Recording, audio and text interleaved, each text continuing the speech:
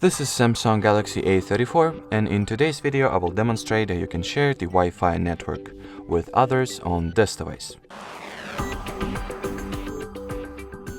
So first and foremost, you will need to somehow get to the Wi-Fi settings page, which you can either do through the settings app like that, or you can also launch the control panel or notification panel and then touch and hold at the Wi-Fi shortcut like that.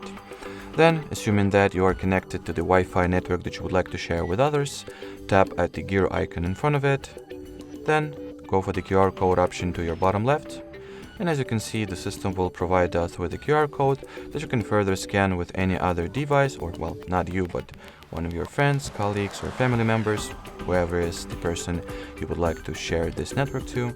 And well, after they will scan this QR code, they will be automatically connected to the chosen Wi-Fi network. Alrighty, so that will be it. Thanks for watching and bye-bye.